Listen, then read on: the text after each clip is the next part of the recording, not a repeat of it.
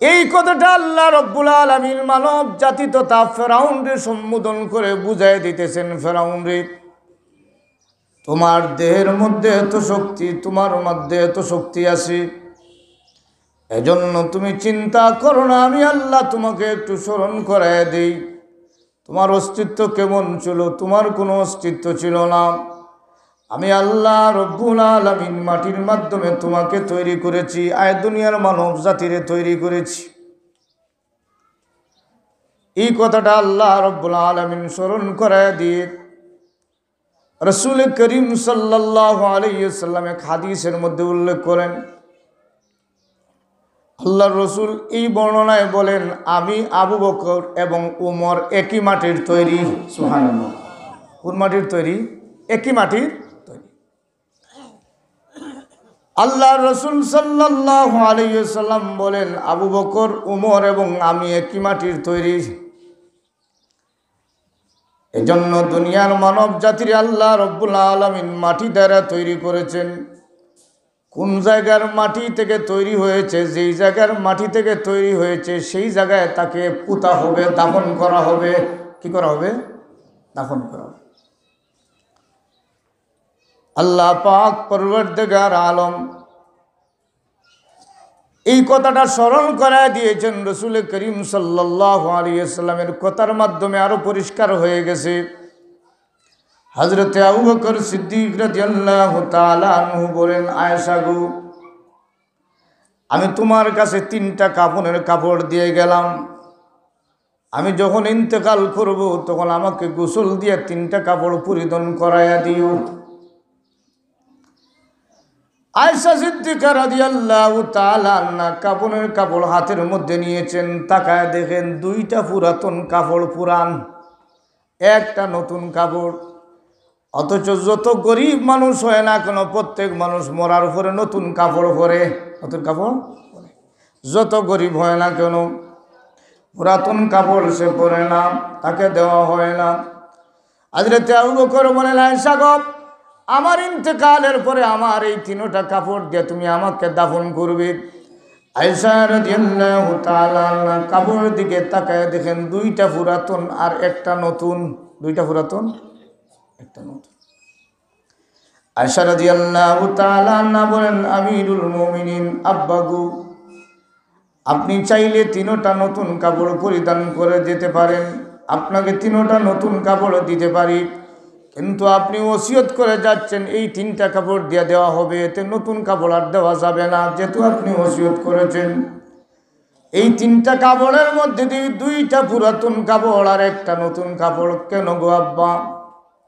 হযরতে আবু বকর রাদিয়াল্লাহু তাআলা আনহু বলেন, মা আয়েশা গো, আমার 2টা পুরাতন কাপড় দেওয়ার অর্থ হলো আমি আমিরুল মুমিনিন, খেলাফত থাকা অবস্থায় আমার প্রত্যেক কওমকে আমি নতুন কাপড় দিতে পারি না, এজন্য আমাকে 2টা পুরাতন কাপড় দিয়ে দেওয়া হবে। কাল কিয়ামতের ময়দানে আল্লাহ রব্বুল আলামিন আমি আবু বকরকে যদি জিজ্ঞাসা করেন, আবু বকর রে,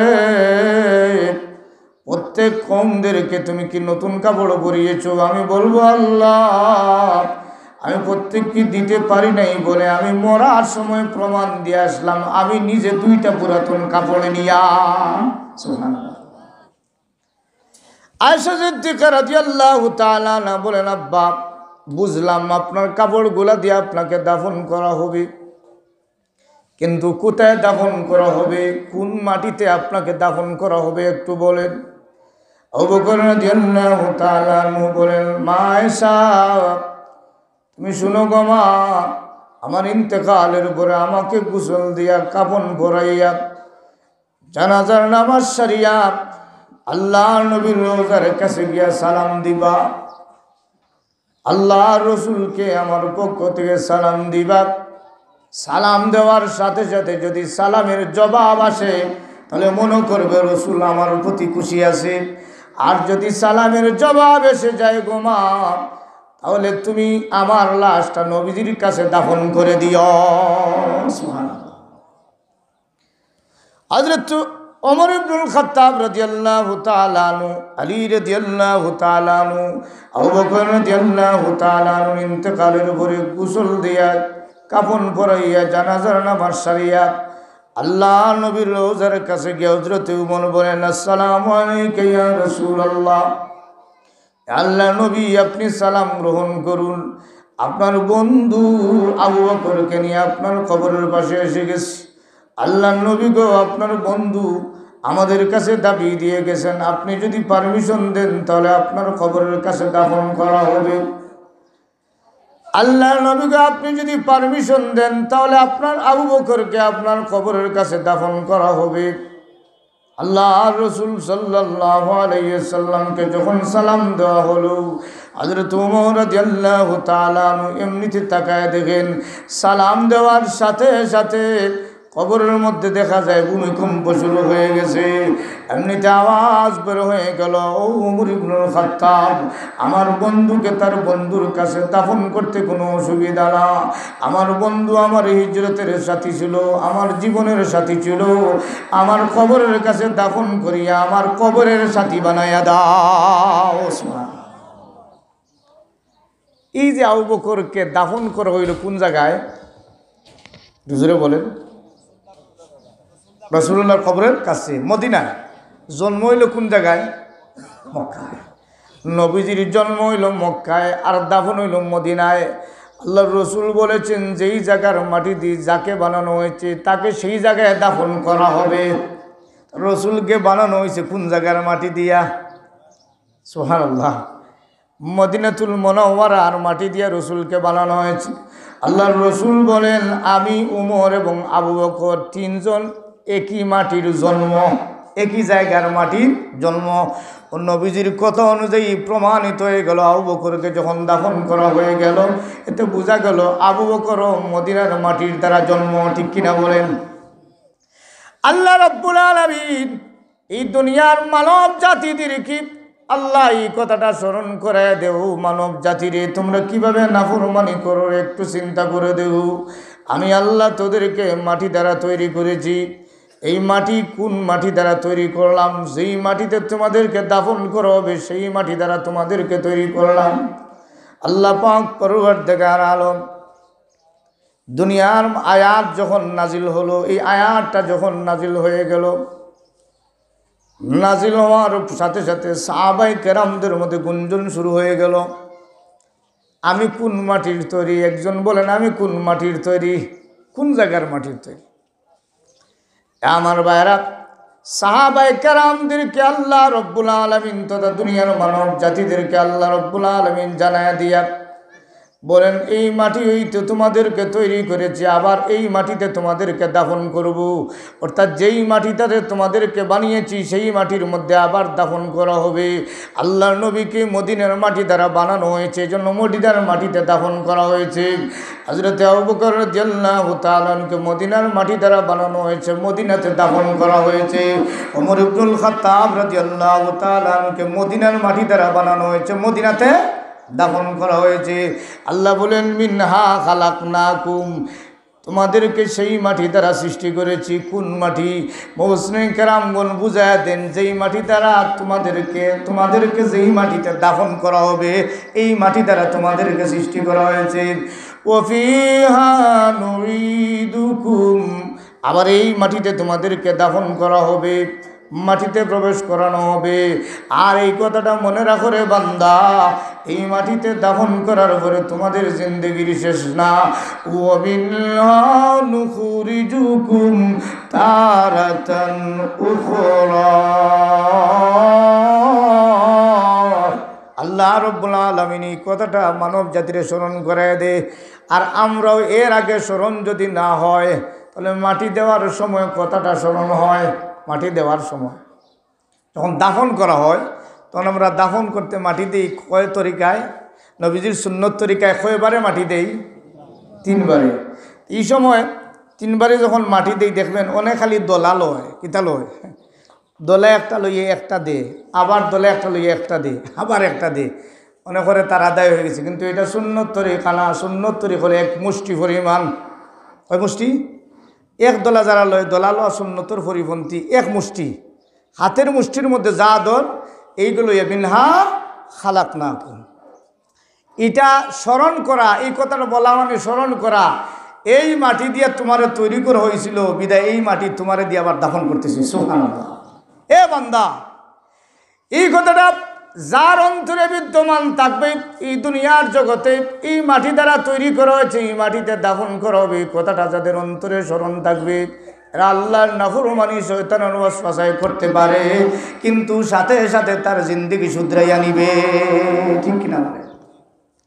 এজন্য আমার বাইরে একটা কথা, হযরতে ওমর ইবনুল খাত্তাব রাদিয়াল্লাহু তাআলা আনহু হযরত ওমর রাদিয়াল্লাহু তাআলা আমিরুল মুমিনিন খেলাফতের দায়িত্ব পালন করতেছেন। হযরত ওমরের শাসন বড় কড়া। ঠিক কিনা বলেন? ওমরের শাসন এত কড়া শাসন। ওমর রাদিয়াল্লাহু তাআলা আনহু খুব গরম সাহাবী। হযরত ওমর রাদিয়াল্লাহু তাআলা আনহু নিজের রুম থেকে বের হয়ে একদিন মসজিদে নববীর মধ্যে নামাজের মধ্যে গেছেন। আর নামাজ পড়ে আবার যখন রুমের ভিতরে ফিরতেছেন, এমনি তাকায় দেখা যায় রুমের সামনে একটা বাচ্চা মরা, ছোট্ট বাচ্চা মরা। হযরত ওমর তাকায় দেখেন এই বাচ্চা শুধু মরা না, বাচ্চারে টুকরা টুকরা হরা হয়েছে। হযরত ওমর তাকায় দেখেন এক টুকরা না, দুই টুকরা না, একটা ছোট্ট বাচ্চার 12টা টুকরা লাশ। কত টুকরা? 12 টুকরা লাশ।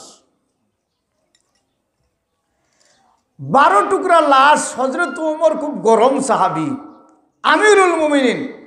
যেমনে আমার বাসার সামনে 12টা বাচ্চার টুকরা লাশ, একটা বাচ্চার 12টা টুকরা লাশ যেমনে দেখছেন, চিন্তায় পড়ে গেছেন, আল্লাহ রে, আমার এরিয়ার ভিতরে আমি আমিরুল মুমিনিন, আর আমার এরিয়ার ভিতরে ছোট্ট বাচ্চারে মারিয়া 12 টুকরা লাশ করে আমার দুয়ারের সামনে ছাড়ছে। সাধারণ সাহসী ব্যক্তি না। ঠিক কিনা বলেন? সাধারণ সাহসী ব্যক্তি না। হযরত ওমর রাদিয়াল্লাহু তাআলা গোয়েন্দা বাহিনীরে খবর দিলেন আর অর্ডার দিলেন, আমি 24 ঘন্টার ভিতরে তদন্ত সহ কে বা কারা ঘটনা ঘটাইছে সব রিপোর্ট আমার কাছে পেশ করতে হবে। কত ঘন্টার ভিতরে? বুঝলে বলেন? 24 ঘন্টার ভিতরে আমার সামনে তুমি সব তথ্য দিতে হবে। সাহাবায়ে কেরামদের মধ্যে সকল ছিটিয়ে পড়েছে, তদন্ত বাহিনী, তদন্ত কর্মকর্তা, গোয়েন্দা সংস্থার বাহিনী সব ছিটিয়ে পড়ছে। দেখি কে বা কারা ঘটনাটা ঘটাইলো। 1 ঘন্টা 2 ঘন্টা নেয় 24 ঘন্টা খোঁজাখুঁজি হলো, কিন্তু কোনো তথ্য পাওয়া গেল না। কোনো তথ্য পাওয়া গেল না। হযরত ওমর রাদিয়াল্লাহু তাআলা 24 ঘন্টা হাড়ি দেওয়ার পরে ডাকছেন, কি খবর? বলে, ইয়া আমিরুল মুমিনিন, আমরা কোনো সন্ধান মিলাইতে পারি নাই। হযরত ওমর বলেন, তাহলে তোমাদেরকে ছাড় দেওয়া যাবে না, আরও 24 ঘন্টা সময় দিলাম, আরও 24 ঘন্টায় সব সংবাদ তোমরা আমার কাছে নিয়ে আসতে হবে। সাহাবায়ে কেরাম পাইছেন আরও 24 ঘন্টা, টোটাল হয়েছে 48 ঘন্টা। কত ঘন্টা? 48 ঘন্টা তদন্ত করার জন্য চতুর্দিকে বের হয়ে গেছেন সাহাবায়ে কেরাম। 48 ঘন্টা খুঁজতে খুঁজতে খুঁজতে খুঁজতে রাত্রিবেলা এসে হাজির হয়ে বলেন, আমিরুল মুমিনিন, 48 ঘন্টায় আমরার কাছে কোনো সংবাদ পৌঁছে নাই, কোনো খবর নিয়ে আসতে পারিনি। হযরত ওমর রাদিয়াল্লাহু তাআলা হয়রান হয়ে গেলেন, পেরেশান হয়ে গেলেন। আমি আমিরুল মুমিনিন, আমি ক্ষমতায় আছি, আমার এরিয়ার ভিতরে কে এই ঘটনাটা ঘটাইল রে? হযরত ওমর রাত্রিবেলা ঘুমান না, শুধু কান্দেন, আল্লাহ কোন পরীক্ষার মধ্যে আমাকে ফেলে দিয়েছো? একটা মার্ডার ছোট্ট বাচ্চা, অথচ আমার বাসার সামনে আমি আমিরুল মুমিনিন। এখন প্রধানমন্ত্রীর বাসার সামনে লাশ যদি একটা রাখা যায়, কি মনে করেন? আর যদি কোনো তথ্য পাওয়া যায় না, সমস্ত গোয়েন্দা বাহিনী পাগল হয়ে যাবে। ঘটনা ঘটলো কি? মানুষে করছে না জিনে করছে? ঠিক কিনা বলেন? মানুষে করলে তো আমরা সিকিউরিটি আছে। হযরত ওমর রাদিয়াল্লাহু তাআলা চিন্তিত হইয়া অর্ডার দিলেন, সাহাবীরা রে, যাও, আরো 24 ঘন্টা তোমাদেরকে সময় দিলাম, তদন্ত করে বের করতে হবে, নতুবা আমি আমিরুল মুমিনিন ওমর আল্লাহর কাছে জবাব দেওয়ার কোনো সুযোগ নাই। আমার এরিয়ার ভিতরে এত মারাত্মক ঘটনা ঘটছে, এটা কেমন করা হয়? হযরত ওমর রাদিয়াল্লাহু তাআলা যখন আরো 24 ঘন্টা দিলেন, টোটাল হইল 72 ঘন্টা। কত ঘন্টা? 72 ঘন্টা। গোয়েন্দা বাহিনী তদন্ত করতে করতে হয়রান, না কোনো সন্ধান মিলে না। 72 ঘন্টা পাড়ি দেওয়ার পরে হযরত ওমর রাদিয়াল্লাহু তাআলার কাছে এসে বলে, আমিরুল মুমিনিন গো, আমরা ব্যর্থ হয়ে গেলাম। 24 করে 3 দিন পাড়ি দিলাম, কিন্তু কোনো সংবাদ নিয়ে আসতে পারলাম না। হযরত ওমর 3টা দিন থেকে খানি বন্ধ, পানি খাওয়া বন্ধ, শরীর দুর্বল হয়ে গেছে। আমার আল্লাহর কাছে আমি কি জবাব দিব? আমার বাসার সামনে ঘটনা, মার্ডারের ঘটনা। 72 ঘন্টা পাড়ি দেওয়ার পরে হযরত ওমর চিন্তিত হয়ে গেছেন, চোখের পানি ছেড়ে কাঁদতেছেন। এমনি অবস্থায় হযরত ওমর রাদিয়াল্লাহু তাআলার সামনে দেখা যায় একটা পুরুষ লোক আর একটা যুবতী মহিলা হাজির। সুবহানাল্লাহ, একটা পুরুষ আর একটা যুবতী মহিলা। ওমর রাদিয়াল্লাহু তাআলার সামনে যখন যুবতী মহিলা আর একটা পুরুষ লোক হাজির দেখে হযরত ওমর রাদিয়াল্লাহু তাআলা বলে, আপনারা কারা? যুবতী মহিলা ডাক দিয়ে বলে, আমিরুল মুমিনিন, আমি সেই মহিলা যেই মহিলা এই বাচ্চার মার্ডারের আসামি। সুবহানাল্লাহ, তো জোরে বলেন না সুবহানাল্লাহ। 72 ঘন্টা তদন্ত করা হচ্ছে, কিন্তু বের হচ্ছে না। যেমনিতেই হযরত ওমর রাদিয়াল্লাহু তাআলার সামনে মহিলা জবাব দিল, আমি সেই আসামি, এই আপনার দুয়ারের সামনে যেই বাচ্চাটা মারা গেছে, এই বাচ্চাটার লাশ আমার সন্তান, আমি নিজে তার আসামি, আমি মার্ডার করেছি। আমি নিয়ে যাতে 1 টুকরা নয়, 2 টুকরা নয়, 12টা টুকরা করেছি। হযরত ওমর বলেন, তাহলে তুমি কেন করেছো? কয়, আমিরুল মুমিনিন, আমার আব্বাকে সাথে নিয়ে এসেছি। আমরা জঙ্গলের মধ্যে বসবাস করি, আর জঙ্গলের মধ্যে থাকা অবস্থায় হঠাৎ 60টা যুবক একদিন জঙ্গলের ভিতরে ঢুকেছে। আর 60টা যুবক ঢুকার পরে আমি আর আমার আব্বারে গাছের মধ্যে বেঁধে দিয়ে লটকায় রাখছে। আর 60টা যুবক তাদের মনের স্পৃহা দূর করার জন্য দর্শন করেছে, আমার সাথে খারাপ কাজ করেছে। এই আমার সাথে দর্শন করার কারণে আমার গর্ভে সন্তান হয়েছে। এই সন্তানটা জন্ম নেওয়ার পরে আমার মনের মধ্যে বড় চিন্তা লাগে যে আমার যে সন্তান হবে তার পিতৃ পরিচয় নাই। আর যেই সন্তানের পিতৃ পরিচয় থাকে না, তাকে আমরা গাঁওয়া ভাষায় কি বলি? ফুঙ্গা। এটা কই? ফুঙ্গা। গাঁওয়া ভাষায় বলি ফুঙ্গা। আর আমরা শুদ্ধ ভাষায় বলি এটা যারো সন্তান, এটা যারো সন্তান। হযরত ওমর রাদিয়াল্লাহু তাআলা ওই মহিলার কথা শুনে অবাক হয়ে গেলেন। আশ্চর্য ব্যাপার। ডাক দিয়ে বলেন, মা গো, 24 ঘন্টা আমি সময় নিয়েছিলাম, 24 ঘন্টার ভিতরে কোনো তদন্ত করে খবর পাই না, এমনকি 72 ঘন্টার পরেও সংবাদ মিল না। তুমি এত দেরি করে আসলে কেন? তুমি এখন আসলে কেন? কয়, আমিরুল মুমিনিন, আমার অন্তরের ভিতরে মরণের চিন্তা এসে গেছে। কিসের চিন্তা? মনের চিন্তা এসে গেছে। আমি এই দুনিয়ায় চিরকাল থাকবো না, আমি একদিন দুনিয়া থেকে মরে যাব।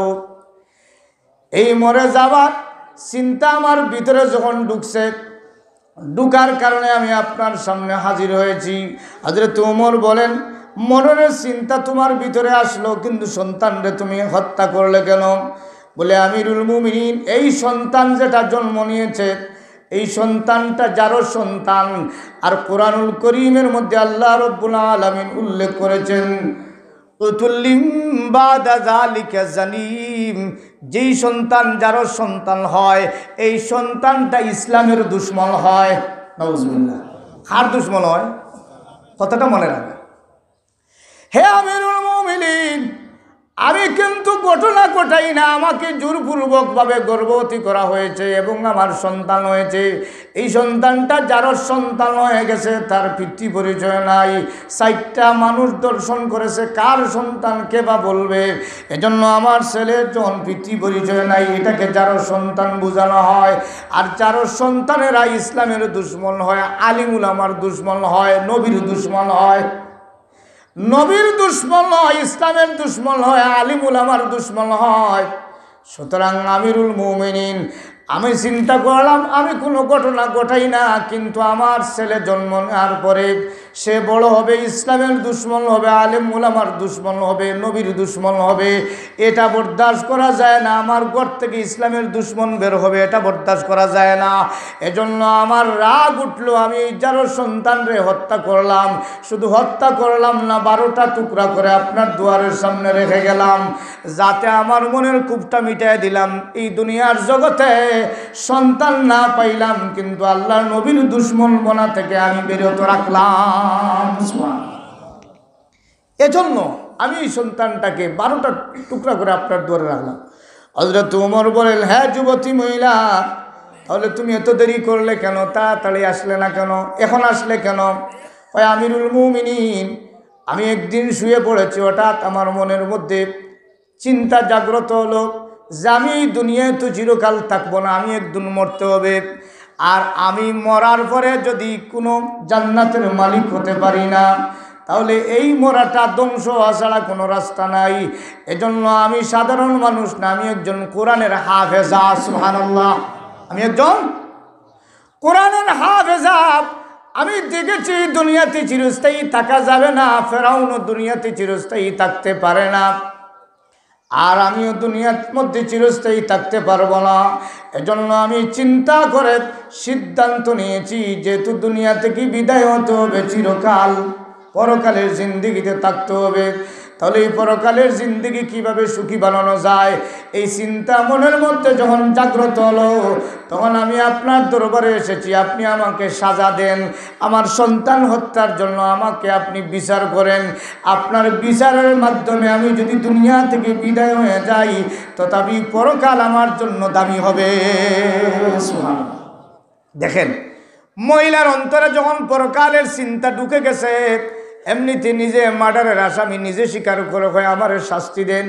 হযরত ওমর জল্লাদরে ডাক দিলেন, জল্লাদ রে, তুমি রেডি হয়ে আসো, তাকে এই হত্যার বিচার করা হবে। যেমনিতে জল্লাদের জন্য ডাক দিয়েছেন, এই ফাঁক দিয়া দেখা যায় ওমর রাদিয়াল্লাহু তাআলা আনহুর সামনে 4টা যুবক হাজির। সুবহানাল্লাহ, কয়টা যুবক? 4টা যুবক। হযরত ওমর রাদিয়াল্লাহু তাআলা আনহুর সামনে যখন 4টা যুবক হাজির হয়ে গেল, হাজির হওয়ার পরে হযরত ওমর রাদিয়াল্লাহু তাআলা আনহু বলেন, যুবকরে তোমরা কেন এখন আসলে কেন? ওই আমিরুল মুমিনিন, ওই মহিলাটা দোষী না, আমরা 4 জন দোষী। সুবহানাল্লাহ, আমরা 4 জন। পৃথিবীতে এমন নজির পাওয়া যায়নি। 4টা যুবক বলে, আমিরুল মুমিনিন, ওরা দোষী নাই, ওই মহিলা দোষী নাই, আমরা দোষী। কিভাবে তোমরা দোষী?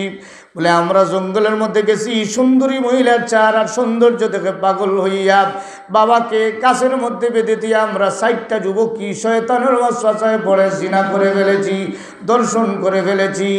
এখন আমরা চিন্তা করলাম, এই 72 ঘন্টার পরে আমরা চিন্তা করার পরে আমার মনের মধ্যে উদয় হলো, এই দুনিয়াটা চিরস্থায়ী নাই, পরকালে আমরা থাকতে হবে।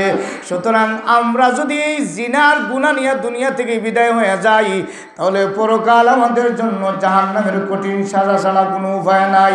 এই চিন্তা করে আমরা আপনার দরবারে এসেছি। হে আমিরুল মুমিনিন, মহিলাটা দোষী না, যা দোষ হয় সব দোষ আমরার উপরে সাজা করতাম। হযরত ওমর বলেন, যুবকেরা রে, 72 ঘন্টা আমি ক্লান্ত হয়ে গেলাম, সারা রাত ঘুমাই না, খাই না, পানীয় বক্ষণ করতে মন চায় না, এত ক্লান্ত হয়ে গেলাম, তোমরা এত দেরি করে আসলে কেন? এখন আসলে কেন? যুবকগুলা ডাক দিয়ে বলে, আমাদেরকে আসার মূল কারণ হলো পরকালের চিন্তা। আমরা এই দুনিয়াতে চিরকালে থাকবো না, পরকাল এর জন্য পরকালে আমরা যেতে হবে। এই পরকালের চিন্তা যখন উদিত হয়, চিরস্থায়ী আরামের জন্য আমি ক্ষণস্থায়ী সাজা বুক করতে রেডি হয়ে গেলাম। আমার ভাইরা, এই যুবকদের অবস্থা দেখেন, এরার পরকালীন চিন্তাটা কত বেশি। মার্ডারের জন্য ফাঁসির কাস্টে ঝুলতে রাজি, পরকাল ধ্বংস এটা রাজি না, ঠিক কিনা বলেন? এজন্য আমরা সবচেয়ে বড় বুদ্ধিমান হলো যারা পরকালের চিন্তা করে। হযরত ওমর হযরত রাসূল করিম সাল্লাল্লাহু আলাইহি ওয়াসাল্লাম এক মজলিসের মধ্যে ঘোষণা দিয়েছেন, সাহাবায়ে কেরামেরা একজন ব্যক্তির কাছে একটা দরখাস্ত চাই, একজন ব্যক্তিকে আসো, একজন দাঁড়ায়া যাও, যিনি দাঁড়াবেন আমি সেই লোকটাকে জিহাদের ময়দানে পাঠায়া দিব। আর জিহাদের ময়দানে গেলে সেই লোকটা শহীদ হয়ে যাবে। আর যদি শহীদ হয়ে যায় আল্লাহ রব্বুল আলামিন তার মর্যাদা শাহাদতি মর্যাদা দিয়ে জান্নাতে ঢুকাইয়া দিবে।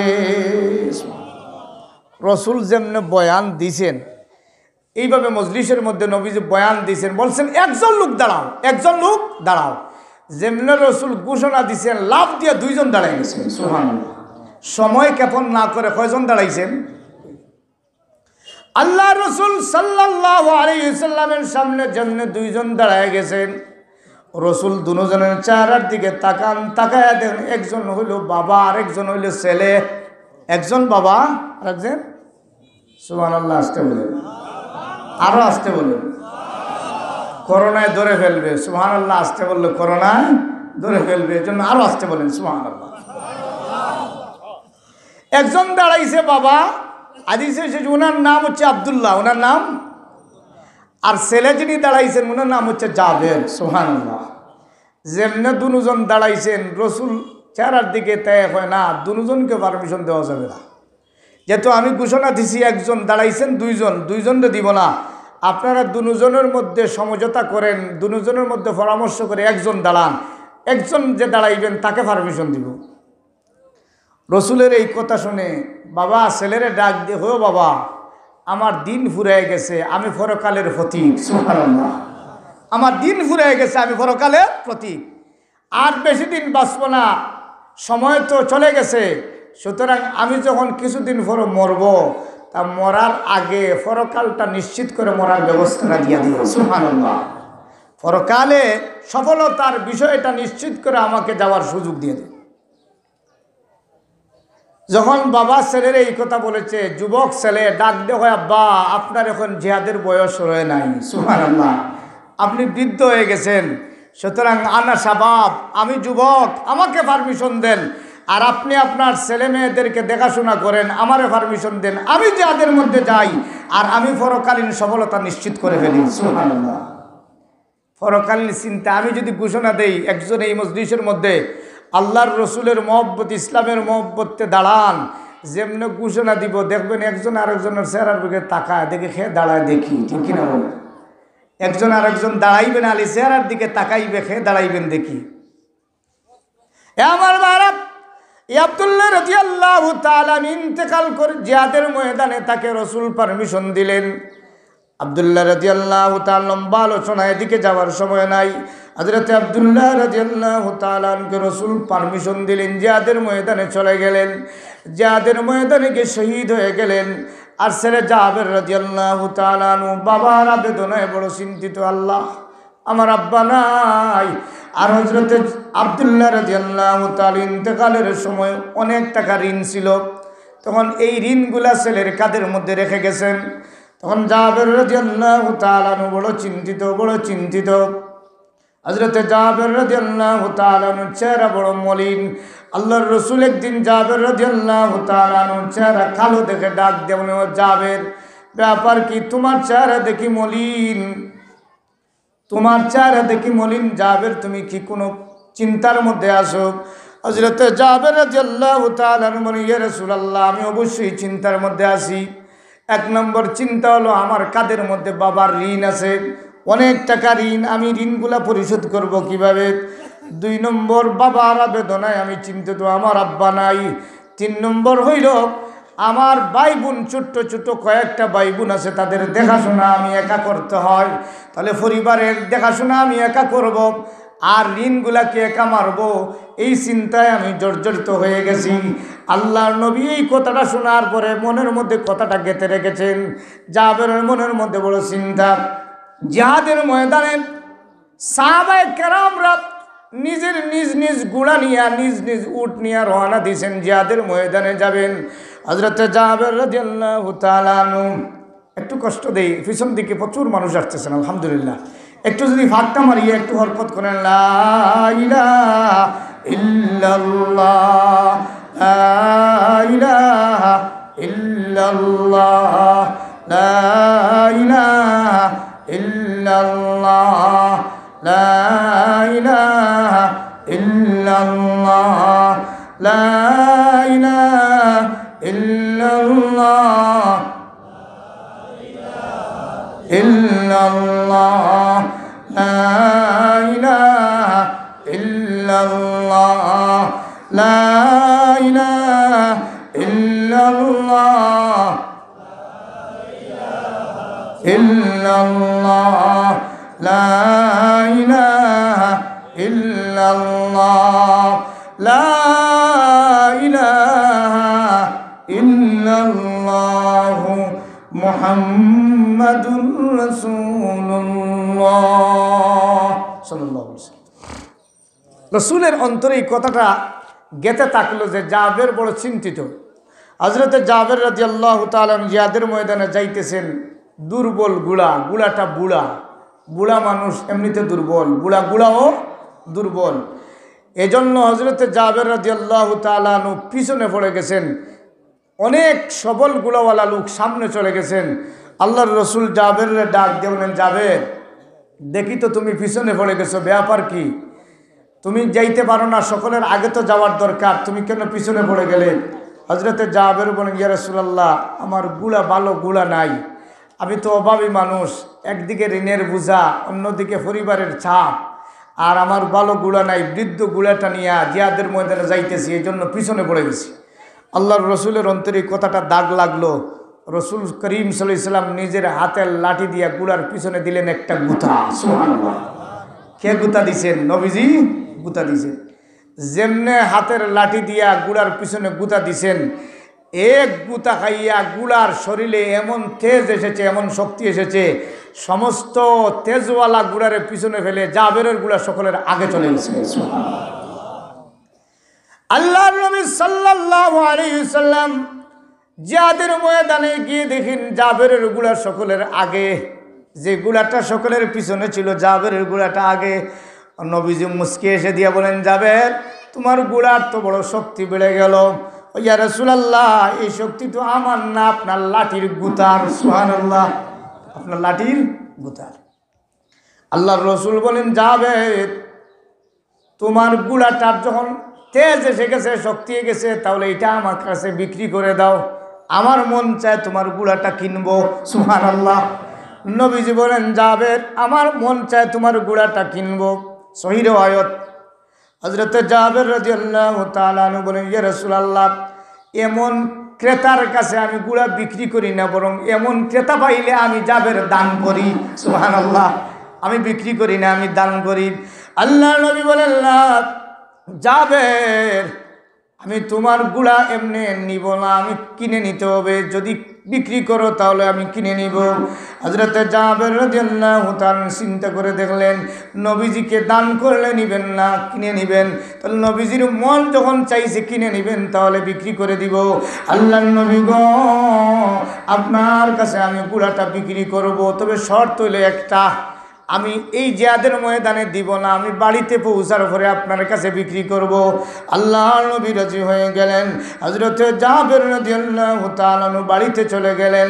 জিহাদের ময়দান থেকে ফিরে গুলাটা নিয়ে আল্লাহর নবীর কাছে হাজির হয়ে বলেন, ইয়া রাসূলুল্লাহ, আপনার মন চায় আপনি গুলা কিনবেন, এজন্য আমি আমার গুলা নিয়ে আপনার দরবারে হাজির হয়ে গেলাম, আপনি এটা নিয়ে নেন।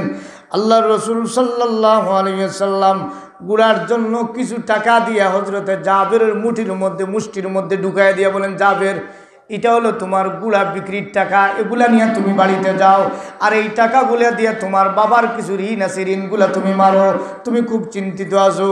হযরত জাবের হাতের মধ্যে তাকায় দেখেন গুলার চাইতে টাকা আরো বেশি। সুবহানাল্লাহ। গুলার যে দামর, এর চাইতে 3 গুণ দামর টাকা হাতের মুঠে। কত আনন্দ! বিক্রি করলাম দুর্বল গুলাটা বিশ্ব নবীর কাছে বিক্রি করলাম, আর টাকা পাইলাম 3 গুণ দাম বেশি। কত না আনন্দ করে বাড়ির দিকে রওনা দিয়েছেন। কিছু দূর যাওয়ার পর আল্লাহ নবী ডাক দিলেন, হে জাবের ফিরে আসো। আর রাবী বলেন, জাবের যখন নবীজির কাছে ফিরতেছেন, জাবেরের মনের মধ্যে চিন্তা লাগছে, আল্লাহ রে, এত দামে বিক্রি করলাম গুলাটা, মনে হয় গুলাটা নবী ফিরাই দিবেন, আর মনে হয় কিনবেন না। এত দাম যখন পাইলাম, বিক্রেতাও ভালো, টাকাও পাইলাম ভালো, ক্রেতাও ভালো, টাকা পাইলাম ভালো। যখন বাড়ির দিকে ফিরতেছেন আর নবীজির দিকে ফিরতেছেন, মনে চিন্তা করছেন, মনে হয় নবীজি ডাকছেন, আর কুড়া মনে হয় নিবেন না। হাদিস শরীফের রায়াত, আল্লাহর রাসূল সাল্লাল্লাহু আলাইহি ওয়াসাল্লামের কাছে যখন জাবের নিকটবর্তী হলেন, আল্লাহর রসুল বলেন, হে জাবের, খুজ জামালুকা ও মালুকা। সুবহানাল্লাহ। তোমারে যে টেকা দিছি টেকাগুলোও তোমার, আর আমি যে আমারে যে গুড়া দিছো আমি গুড়াটাও দিলাম তোমার। সুবহানাল্লাহ।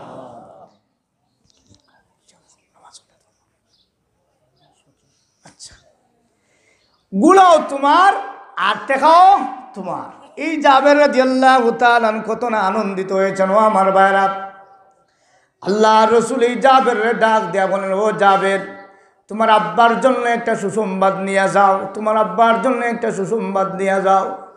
হযরত জাবের রাদিয়াল্লাহু তাআলা নিকটে গেছেন, বলেন, ইয়া রাসূলুল্লাহ, আব্বার জন্য কি সুসংবাদ আছে? আল্লাহর রসুল বলেন, ও জাবের, তোমার আব্বার জন্য সুসংবাদ হইল, আমার আল্লাহ রব্বুল আলামিন তোমার আব্বার সাথে মুলাকাত করেছে। কে মুলাকাত করছেন? আল্লাহ। হযরত জাবের রাদিয়াল্লাহু তাআলা যখন এই কথাটা শুনেছেন, মনটা আনন্দিত হয়ে গেল, চেহারার মধ্যে আনন্দের লক্ষণ ভেসে গেল। আব্বা জিহাদের ময়দানে মারা গেছেন, আর আব্বার সাথে আল্লাহ রব্বুল আলামিন মুলাকাত করেছেন।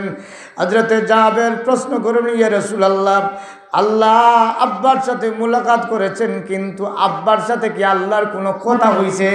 আল্লাহর কি কোনো কথা হইছে? হযরত জাবের রাদিয়াল্লাহু তাআলা কে রাসূল বলেন, হ্যাঁ জাবের, তোমার আব্বার সাথে কথা হইছে, আল্লাহ রব্বুল আলামিনের সাথে তোমার আব্বার কথা হইছে। আল্লাহ রব্বুল আলামিন বলেন, হ্যাঁ আব্দুল্লাহ, দুনিয়ার সব কিছু বিসর্জন দিয়া পরকালে তুমি পুঁজি বানাইয়া জিহাদের ময়দানে চলে গেলে, দুনিয়ার সব কিছু মহব্বত ছেড়ে দিয়া পরকালের আশায় জিহাদের ময়দানে শহীদ হয়ে গেছো। তোমার শাহাদতি মৃত্যুর কারণে আমি আল্লাহ তোমার প্রতি বড় খুশি। এখন আমি আল্লাহ ঘোষণা দিলাম, জাবের রে, ও আব্দুল্লাহ, তোমার মনের মধ্যে কি কোনো দরখাস্ত আছে? তোমার যদি কোনো দরখাস্ত থাকে তাহলে আমি আল্লাহর কাছে চাও। সুবহানাল্লাহ। যেমনি এই কথা বলেছেন, হযরত জাবের রাদিয়াল্লাহু তাআলা রাসূল বলেন, হ্যাঁ জাবের, আল্লাহ রব্বুল আলামিন যখন তোমার আব্বার সাথে কথা বলে এই কথাটা জানায় দিয়েছেন, তোমার আব্বা আল্লাহর কাছে দরখাস্ত রাখেন, আল্লাহ পরকালীন যেহেতু নিয়ামত আগে জানতাম না, আমরার জানা ছিল দুনিয়ার নিয়ামতগুলা বড় দামি, কিন্তু এখানে আসার পরে দেখি পরকালীন নিয়ামতটা বড় দামি। এজন্য আল্লাহ আমি আপনার কাছে দরখাস্ত রাখি, আপনি আবার আমাকে দুনিয়াতে ফিরাইয়া দেন, আর দুনিয়াতে যাওয়ার পরে আমি যেন শহীদ হইয়া আবার পরকালীন পুঁজি লইয়া আসতে পারি। আমার ভাইরা, তাহলে এই দুনিয়ার জগৎ থেকে পরকালটা বড় দামি, পরকালীন পুঁজির দরকার, ঠিক কিনা বলেন? বুদ্ধিমান ব্যক্তি হাটে আর পরকালের চিন্তা করে, পরকালের পুঁজি তৈরি করে। এই পরকালীন পুঁজি বানানোর জন্য ও আমার ভাইরা, কিছু আমল আছে যে আমলগুলা করলে পরকালের পুঁজি হয়ে যায়, পরকালের পুঁজি হয়ে যায়। আর পুঁজির মধ্যে একটা পুঁজি আছে স্থায়ী পুঁজি, যেই পুঁজিটার কোনো লয় হয় নাই, কম হয় নাই, কমে না শুধু বাড়ে, কমে না শুধু বাড়ে। এমন একটা আমল আছে যে আমলটা করলে পরকালে শুধু বাড়ে, কমে না। এ আমলের মধ্যে একটা আমল হইল সদকায়ে জারিয়া। যদি কোনো ইমানদার মৃত্যুর আগে আগে এমন কোনো কাজ রেখে যেতে পারে, যেই কাজটা সামাজিক কোনো কাজ হতে পারে, যদি একটা টিউবওয়েল গাড়িয়া দিতে পারে, এই সহি নিয়তে যদি গাড়তে পারে, তাহলে যতদিন টিউবওয়েল থাকবে, পানি খাবে, ততদিন আপনার নাম আমলের সওয়াব থাকবে। সুবহানাল্লাহ।